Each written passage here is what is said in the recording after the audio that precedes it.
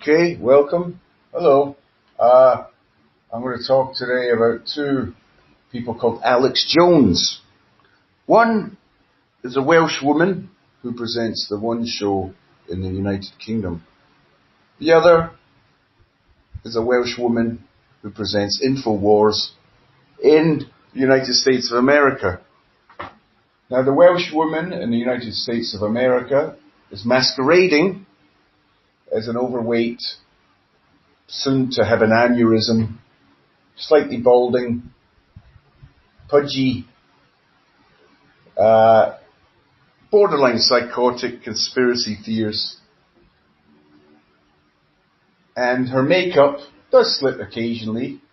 Perhaps she'll do a bit of knitting in between, saying that it was the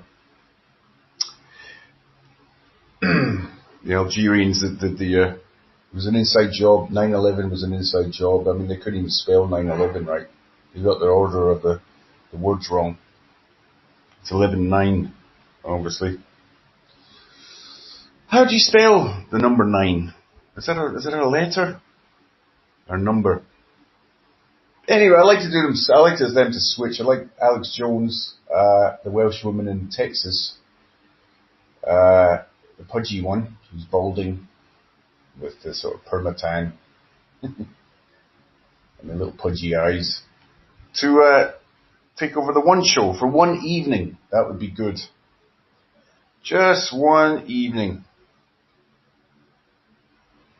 See what kind of stuff they would come up with. Today on the One Show,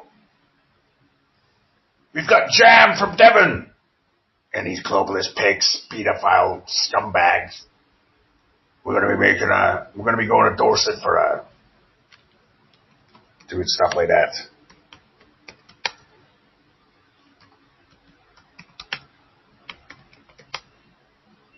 Yeah. Sorry, I'm typing. I really don't expect, if you are listening to this, I really don't expect you to be, but this is in the low numbers. So I know if I come across something, you want to start from number one. Unfortunately, number one of these podcasts, I did it about a few hours ago. It might have actually been good. This is the sixth one I've done today. Shows you where my social life is at. I just knock them off. With 6 of them, they're 10 minutes long. That's an hour. That's about a week's worth of work for me. I want to talk about something intellectual. What do I want to talk about? Well, let's talk about Alex Jones. The Welsh. Let's talk about Wales. The Welsh contingent. I always think of Wales. I think if you could divide up the countries of the United Kingdom and use the Beatles as a metaphor, I would always say, Scotland would be John Lennon. Ireland would be, not United Kingdom, let's say the British Isles.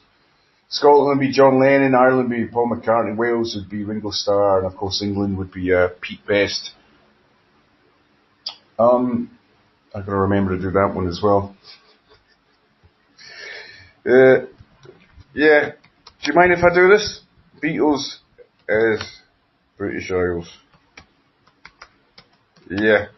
I'm a busy man. I didn't really enjoy stand-up comedy for the first 15 years I did it. That's because I suffered from abandonment issues and attachment disorder. Because I had a rather traumatic childhood, as you can tell by the nonchalant way I'm talking about it right now. And when I went on stage, and if I felt in any way rejected by the audience, I would just crumble inside, like a child. I'd break like a little girl, as Bob Dylan would say. She just like a woman. It's a big love. Just like no, that would be wrong. She makes love just like a little girl. Bob, someone's going to be visiting you pretty soon from a certain section of law enforcement. You swine. Bob Dylan went Christian, and then he went back to Judaism, and we don't know what he's up to now. I also heard Bob Dylan was shagging his backing singers, which is, why not? I'm not sure what the guy's name was, but we'll switcheroo there. Yeah, something intellectual. I don't really. What I'm going to do is I'm going to set this up. We're going to have interviews with people, working class scum intellectuals. They don't have to be working class. They don't have to be intellectuals, but they have to be scum. That is imperative. I'm going to keep standards up. We've got to get the scum in. None of this like well-adjusted types. No. We want the lowest of the low to keep the ratings high and the diphtheria down. So, how long is it? I don't even know if this is recording. Is it? Wow. That went quick. Not. So, subjects, Alex Jones, conspiracy theories, he says the globalists, he constantly refers to the globalists. I'm assuming who he means by that are very, very rich people who go to that big meeting, the Bilderberg Group, those guys. They certainly, I doubt it very highly that they would not in some way try to put their own interests first in front of everybody else's. And they probably use different strategies. What a lot of these people do, the problem is people on either sides of any argument always demonize the other side. You know, like George Bush is a Nazi. You know, George Bush or Osama bin Laden is a Nazi. Osama bin Laden woke up thinking he was Luke Skywalker, not Darth Vader. Right? That's it, right there. He was the freedom fighter. Yeah? Now, okay, unfortunately I've got to write that down.